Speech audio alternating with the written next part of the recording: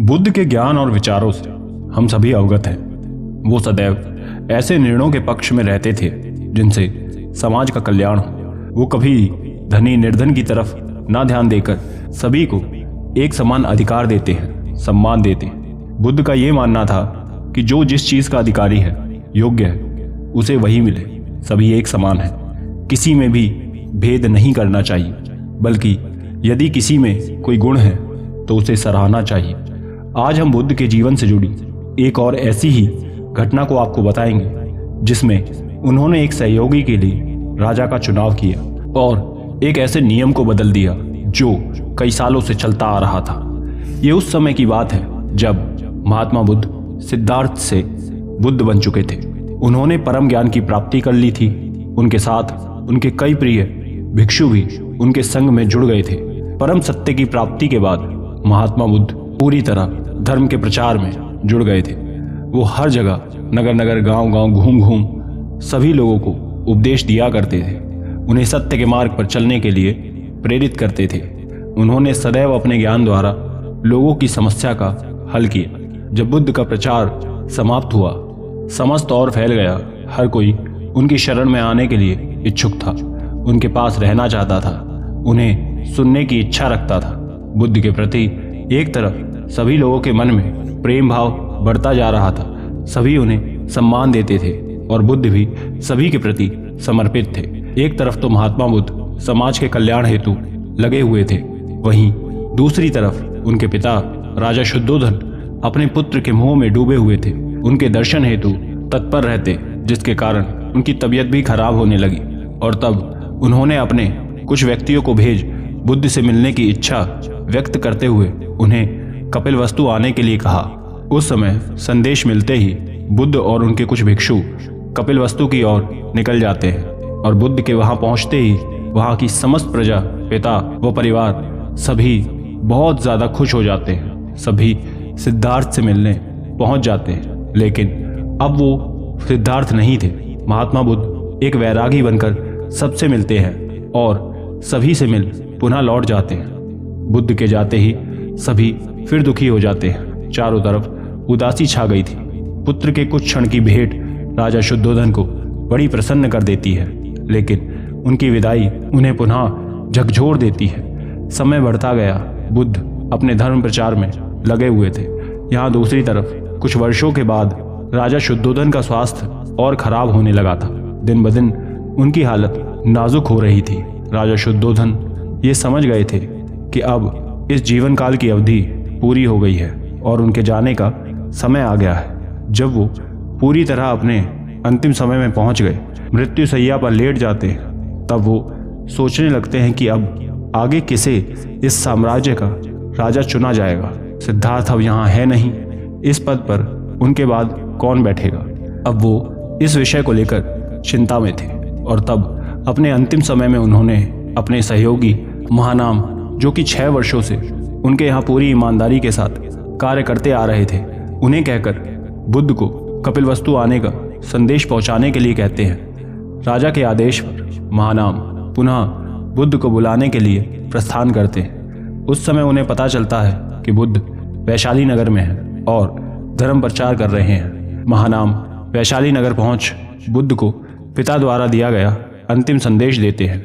बुद्ध संदेश मिलने पर महानाम के साथ ही अपने कुछ भिक्षुओं अनिरुद्ध, नंद, आनंद और राहुल के साथ कपिलवस्तु के लिए वैशाली से प्रस्थान कर देते हैं। कपिलवस्तु पहुंच जब बुद्ध पिता के पास जाते हैं तो देखते हैं कि वो किसी चिंता भय में है। वो उनके मुख को देख उनकी चिंता को समझ जाते हैं। पुत्र को स्वयं के पास देख कुछ क्षण के लिए उनके मुख पर तेज आ जाता है। वो बहुत प्रसन्न होते हैं। बुद्ध उनके समक्ष बैठ उन्हें जीवन और मृत्यु का रहस्य बताते हैं, जिसे सुन उनके मन की सारी चिंता, भय खत्म हो जाता है। बुद्ध के उपदेश के समय उनके सभी भिक्षुओं के साथ राजा के प्रिय सहयोगी महानाम भी वहां उपस्थित रहते हैं। इन्होंने राजा के साथ रह उनके कार्यभार को संभालने में हमेशा उनका सहयोग दिया था। तभी वहां साम्राज्य के अगले राजा के लिए अवसर एक नंद भिक्षु को सुझाव दिया जाता है। महानाम कहते हैं कि राजा के रूप में नंद भिक्षु को देख समस्त प्रजा बहुत प्रसन्न होगी, उन्हें ये कार्यभार क्यों ना सौंप दिया जाए। ये सुन बुद्ध नंद भिक्षु की ओर देखते हैं। उनका मुख ये बता रहा था कि वो इस प्रस्ताव के लिए असहज है, उन्हें ये स्वीकार नहीं है। तब बुद्ध स्वयं के राजा शुद्धोधन से कहते हैं कि हाँ, यदि कोई पूरी तरह इस पद के लिए योग्य है तो वो एक है। राजा बुद्ध से कहते हैं कि कौन है? तब बुद्ध कहते हैं कि महानाम। महानाम ने अपना कीमती समय केवल इस राज्य को संभालने में पूरा सहयोग दिया है, साथ दिया है। महानाम यहाँ पिछले 6 वर्षों से राज्य के प्रमुख परामर्शदाता रहे हैं। इस राज्य की हलचल से वाकिफ है, प्रजा को समझते हैं। एक राजा में यही गुण अनिवार्य है और यही कारण है कि वे राजा बनने के सर्वथा योग्य है। इसलिए मैं आपसे अनुरोध करता हूँ कि उन्हें ही राजा बनाया जाए। बुद्ध की इस बात पर बहुत लोगों को ये सुझाव सही नहीं लगता। वो इस सुझाव के विरुद्ध कहते हैं कि किंतु राजा का पुत्र ही अगला उत्तराधिकारी होता है, फिर एक सहयोगी कैसे बन सकता है? तब बुद्ध कहते हैं कि आवश्यक नहीं है कि एक राजा पुत्र ही राजा बने। जिस व्यक्ति के भीतर राजा के गुण होते हैं वही राजा बनता है। फिर इससे कोई फर्क नहीं पड़ता कि वो एक राजा पुत्र है या फिर कोई गरीब। व्यक्ति के गुणों पर ही उसे कोई अधिकार दिया जाता है। इसलिए महानाम को ही राजा चुने। पुत्र की ये बात सुन राजा उनकी बात से सहमति जताते हैं और उनके अनुरोध को स्वीकार करके महानाम को राजा घोषित कर देते हैं। महात्मा बुद्ध और राजा द्वारा स्वयं को दिए इस सम्मान पर और उनकी इच्छा का मान रखते हुए महानाम उनके प्रस्ताव को स्वीकार कर लेते हैं और उनके समक्ष नतमस्तक हो जाते हैं। बुद्ध पिता को यह आश्वासन देते हैं कि महानाम का चुनाव एक राजा के लिए बिल्कुल सही है, वो निश्चिंत रहें। और तब वो बुद्ध की बात पर पूर्णतः विश्वास कर एक मुस्कान देते हैं और उसी क्षण अपनी आंखें बंद कर लेते हैं और संसार को अलविदा कह देते हैं। और तब महात्मा बुद्ध अपने पिता राजा शुद्धोधन के अंतिम संस्कार की सारी विधि को स्वयं के हाथों से पूरा करते हैं और कपिलवस्तु से जाने से पूर्व एक और नई परंपरा की शुरुआत करते हैं।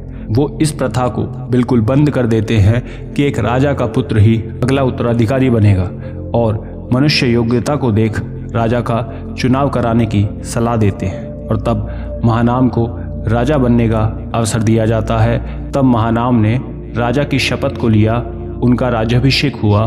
तब उन्होंने बुद्ध से सब कुछ समझने के सहयोग के लिए कुछ समय वहां रहने की विनती की। और तब बुद्ध उनके आग्रह का मान रखते हुए महानाम के सहयोग के लिए 3 महीने कपिलवस्तु में रुक जाते हैं और फिर वापस अपने मठ के लिए प्रस्थान कर देते हैं। एक मठ में एक संत अपने आसपास के लोगों को उपदेश दे रहे थे।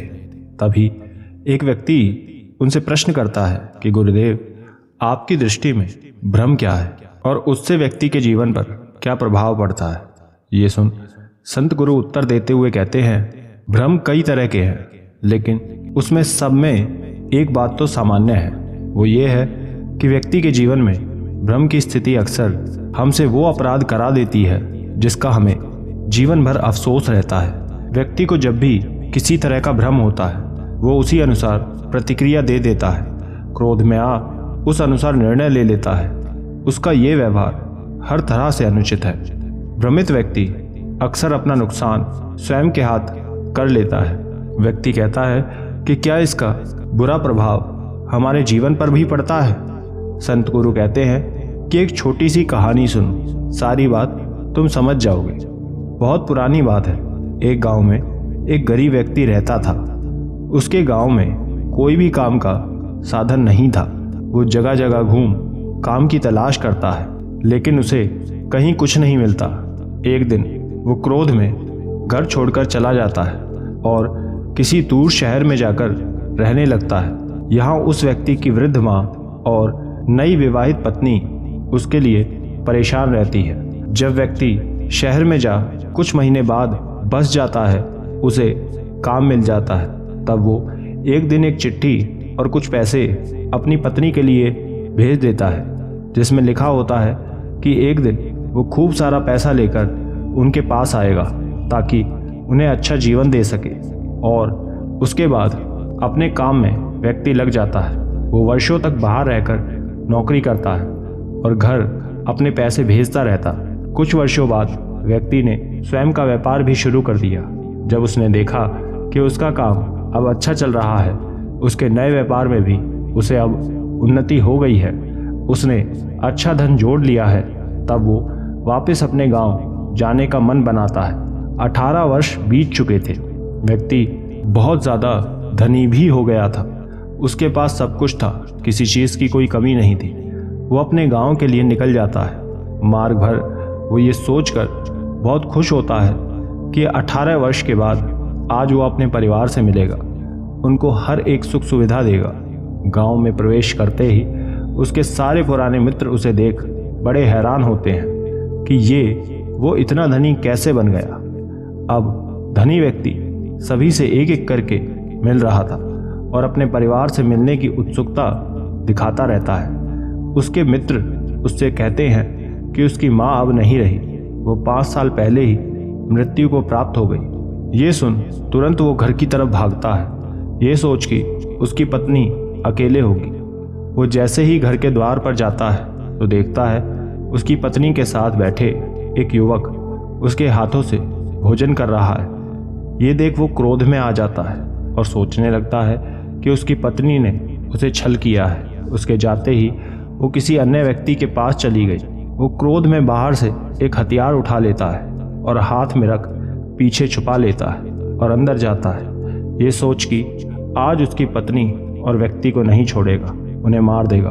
भीतर जाने के बाद जैसे ही उस व्यक्ति की पत्नी उसे देखती है तो उसी क्षण उसे पहचान जाती है।